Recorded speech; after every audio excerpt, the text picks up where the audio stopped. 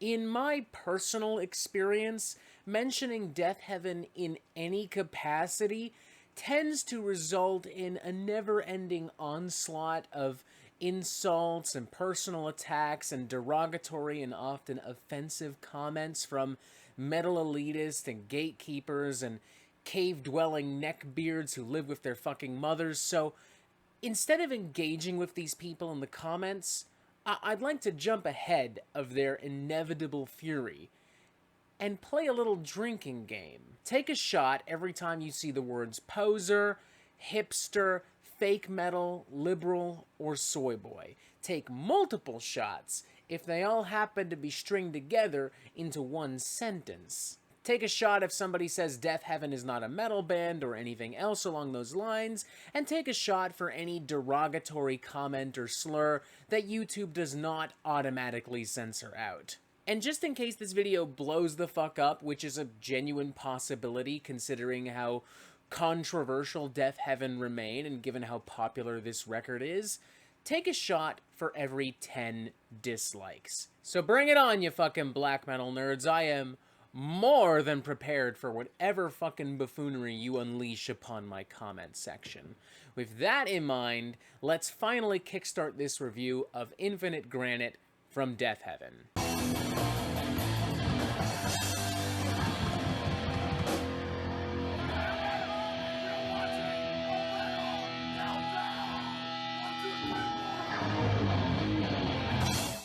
Deafheaven are hardly the first band to blend black metal and shoegaze in spellbinding fashion, but they are, to their credit, perhaps the most iconic, perhaps the most popular, and perhaps the most easily recognizable band to come out of this fusion. They are, to Blackgaze, to post-black metal, what Cannibal Corpse is to death metal. They are very much the poster boys, the flag bearers, the unofficial mascots for this genre. Even people who are not especially familiar with the genre know who these bands are.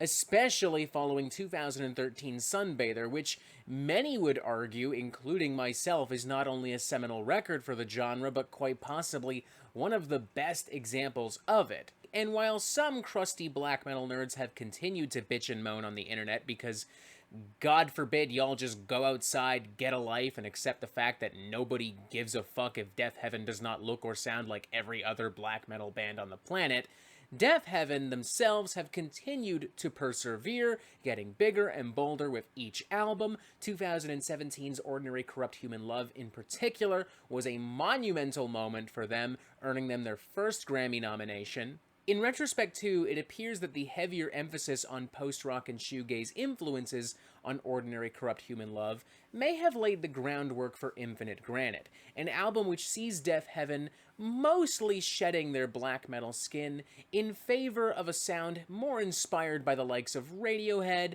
My Bloody Valentine, and especially Slowdive. Like, there's a lot of really blatant Slowdive worship here. There are a lot of shimmering guitars and post-rock chord progressions, a lot of synthesizers and keyboards, a lot of very colorful atmospheric soundscapes, a lot of very soft-spoken vocals that are intentionally somewhat monotonous, a lot of very simplistic vocal melodies.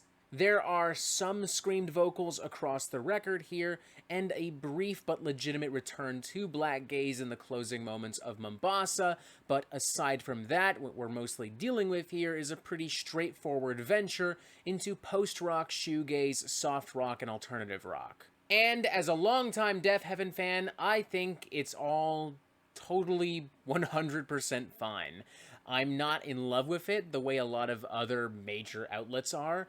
I'm not loathing it the way that Anthony Fantano apparently does. Yeesh, he went hard on that fucking thing. But I don't know. It's fine. Yeah, I gotta be honest, I'm kind of underwhelmed by this thing. I mean, I enjoyed it while it was on. It definitely provided a nice, relaxing trip, a deviation, if you will, from the normal, super brutal buffoonery that I tend to examine and dissect here. But, you know, it never really stuck with me the way previous Deafheaven records did, and it doesn't even really stick with me the way a lot of other post-rock and shoegaze does. Like, there's really nothing on this record that I haven't already heard done better, or at least the same, by the likes of American Football, the aforementioned Slow Dive. It's a very boilerplate post-rock record, as Anthony Fantano put it, indulging in genre tropes and cliches consistently across the record. Everything feels very samey as the band repeats a lot of tricks and tactics, a lot of the same atmospheric passages, a lot of the same broad shoegaze arrangements. There aren't a lot of hooks that really stand out in my opinion, excluding the chorus of Great Massive Color. George Clark's vocals are unfortunately pretty hit and miss as well. He can sell a few melodies and verses here and there, but for the most part he's just way too dry and dull and repetitive. His delivery on the gnashing in particular, I was just really not digging. It was really nasally to the point of being kind of cringy and off-putting. And ultimately, every track, even the best tracks, follow the exact same pattern. They're all about these very simplistic post-rock guitar progressions, soft-spoken vocals, some light tapped percussion, you know, some subtle keyboards, and we're going to slowly build up tension, and then boom, it's the big explosive kind of atmospheric barrage. Look at us. We're big, we're spacey, we're atmospheric. Don't you feel like you've been immersed into another dimension? Don't you feel like you're on some kind of wild trip? Now, there are some songs I legitimately do enjoy. The aforementioned Great Massive Color and Mombasa are fantastic, the best songs on the record in my opinion. And I'm also really vibing with Villain and Lament for Wasp. But the rest of it I am enjoying on a purely casual level. This is the definition of what I would call background music.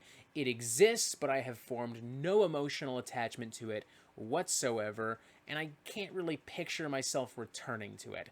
Hell, this will probably end up being the first Deafheaven record that maybe I don't buy on vinyl. I'm well aware that what I'm about to say is going to sound hilariously, perhaps even painfully ironic coming from me of all people, but I'm gonna say it nonetheless because this is how I genuinely feel. I do find myself missing a lot of the black metal spices and influences, and I do think that there's a way that Deafheaven could have still integrated a lot of that without compromising the warmer atmosphere that they're clearly aiming for. The track Mombasa is proof of that, and I'm not asking for much. I'm not asking these motherfuckers to go full-blown enslaved or emperor mayhem.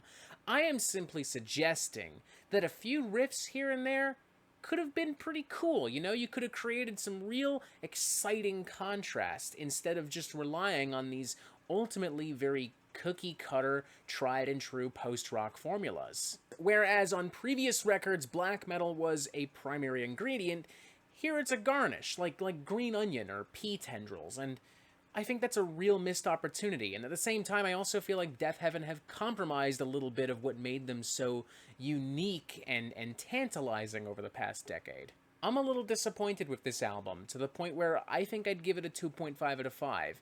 I enjoyed it while it was on, don't get me wrong, and there are a couple tracks I may revisit in the future, but as a whole, this album just did not leave much of an impact on me, and I feel comfortable saying that this is probably my least favorite in the Deafheaven discography. If by chance you're looking for a total palate cleanser coming hot off the heels of that Wolves in the Throne Room record, or Between the Buried and Me, this will do just fine. If you're looking for a very laid-back, chill, relaxed kind of shoegaze experience, this'll do fine. But if you're looking for something inventive and immersive and cinematic, if you're looking for a Deafheaven record, and if you're looking for all of the things that make post-rock and shoegaze genuinely exciting despite being a relatively mellow genre, I don't really think this is it. The way I see it, if this is the path that Deafheaven chooses to continue walking down, then they need to punch up the songwriting ASAP. Because I promise you, as much as I love Deafheaven, and as much as I want to continue supporting and defending this band, there are only so many mediocre post-rock and shoegaze endeavors I will continue to tolerate and swallow before I finally look at the chef and say, no thanks, I've had enough. And that is it for the Metal Meltdown. I'm not an expert, nor do I claim to be. So what do you think? Do you like this record? Do you not like this record? And what do you want to hear from me next? And thank you for watching. Make sure you press subscribe so you get updates on the Metal Meltdown immediately. And as always, you have yourself a fantastic fucking day.